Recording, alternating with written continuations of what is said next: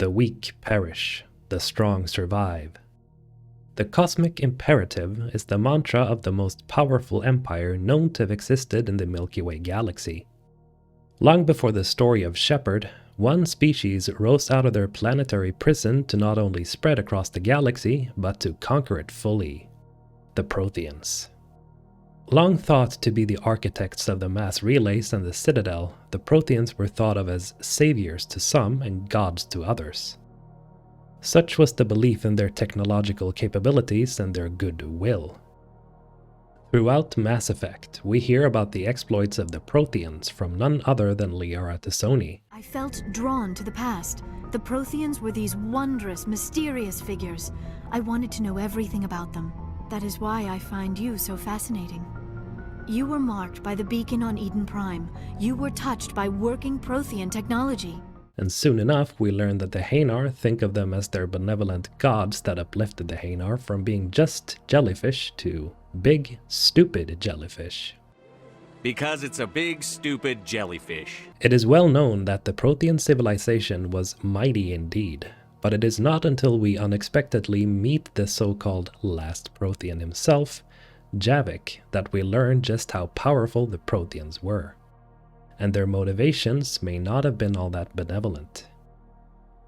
Through Javik, we learn that the Prothean civilization was in fact an empire. And despite their mythic status as benevolent gods, it's revealed by the last Prothean himself that his people were on the top of a very large food chain. The Protheans were at first one species, and it's commonly understood that Javik is indeed a member of this species. But the Protheans would soon encompass several different species under what could be likened to the galactic community that we see in Mass Effect, but the methods to building this community was entirely different. The Protheans, because of their belief in the cosmic imperative, spread across the galaxy and conquered civilization after civilization, one after another. These races were then converted to follow the same governance as the Protheans. Even their military had to fold under the Prothean way of rule. Indeed, the Protheans uplifted several species and studied many more, and according to Javik, this was because they saw potential in many young pre-spaceflight races, like the Turians, humans, Asari, Hanar, Quarians, and Salarians. However, this was before the Protheans had been invaded by the Reapers. So if the Prothean Empire would have persisted, the young pre-spaceflight races would have been given a choice to join the Protheans. We can hear through Javik's inflection how, well, the choice maybe wouldn't have been that much of a choice at all. Yes, under my leadership, a new Prothean Empire would have arisen. We would have commanded the races of your time to prepare for the next Reaper invasion. But traitors within our ranks, indoctrinated agents, betrayed us, and the Reapers discovered our plan. Just out of curiosity, how would you have commanded us? By leaving you no other option. You would have joined our army, or faced the Reapers alone. We've uncovered quite a few Prothean ruins. Were you observing our ancestors? Before the war, we cultivated species who showed potential. Eventually, you would have been offered a choice to join the Empire. But when the Reapers attacked, we ceased all study. We hoped they would see you as too primitive to harvest. Well, thank you, I think. So after this short monologue on who the Protheans were and what they stood for, where in this could the case be made that the Protheans might return for the next Mass Effect? Well, if you've been following me so far, their background does raise one huge red flag. Sure, they may have uplifted several races, and these races in turn may see the Protheans as benevolent, but we can gather a lot from Javik's description of them. They were a very militaristic species that ruled the galaxy with an iron fist. There was no democracy during their reign. We can also gather from all three Mass Effect games that the Protheans lost all communication between each star system when the Reapers attacked. So one system wouldn't know what was happening in another system during the Reaper harvest.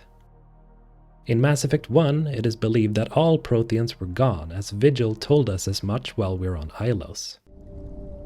The Reapers can wipe out the Council and the entire Citadel fleet in a single surprise attack!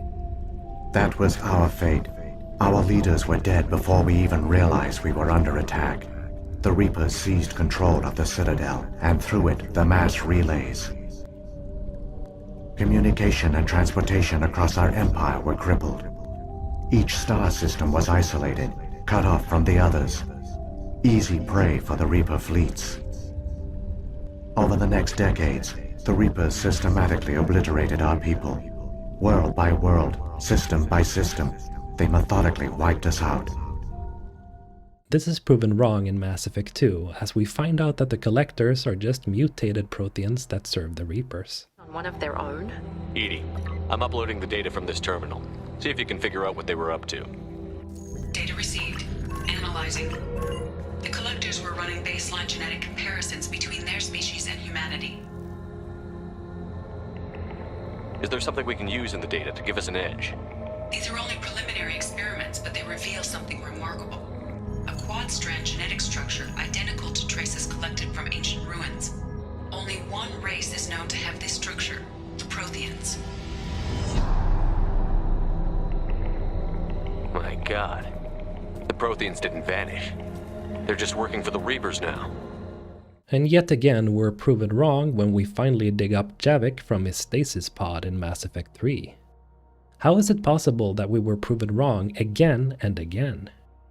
It's right there in the first conversation with Vigil. Every Prothean colony was cut off from each other. The scientists on Ilos probably had no idea about Vendetta's plan to repopulate the galaxy with Javik in the lead. Vendetta being the VI responsible for the Eden Prime colony. Through this information, the assumption becomes pretty obvious, doesn't it? There could be many more colonies where the Protheans managed to survive by means of cryostasis. There could be hidden facilities that managed to go unnoticed by the Reapers, as we know from pure facts that the Prothean Empire spanned pretty much the entire Milky Way galaxy. But let's say that some of them survived. How could they be a threat in a future Mass Effect? Well, they only need one reason: the cosmic imperative. Evolution's an amazing force. Our scientists believed it was the only force in the galaxy that mattered. They called it the cosmic imperative. The strong flourished, the weak perished. The governments of your cycle seem concerned with ensuring the survival of all. Was this imperative just your scientist's opinion, or did they prove something we don't know? The universe had already proven it. They only had to look around. And saw what exactly? Extinction is the rule of law in the cosmos, the natural order of things. The weakest species are doomed.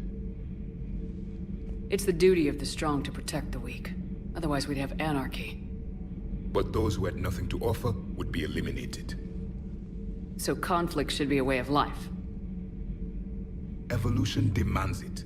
The strong grow stronger by dominating the weak. It is for the greater good of all. Thank you so much for watching. What do you think about the Protheans returning as a possible villain? Or maybe we'll see our first female Prothean squad mate. Who knows? Leave your comments down below, and don't forget to come by and say hi while I'm streaming. I've decided to do an entire playthrough of Mass Effect Legendary Edition here on YouTube, and I gotta tell you, you guys have been amazing. And as always, have a great day, Sven Squad.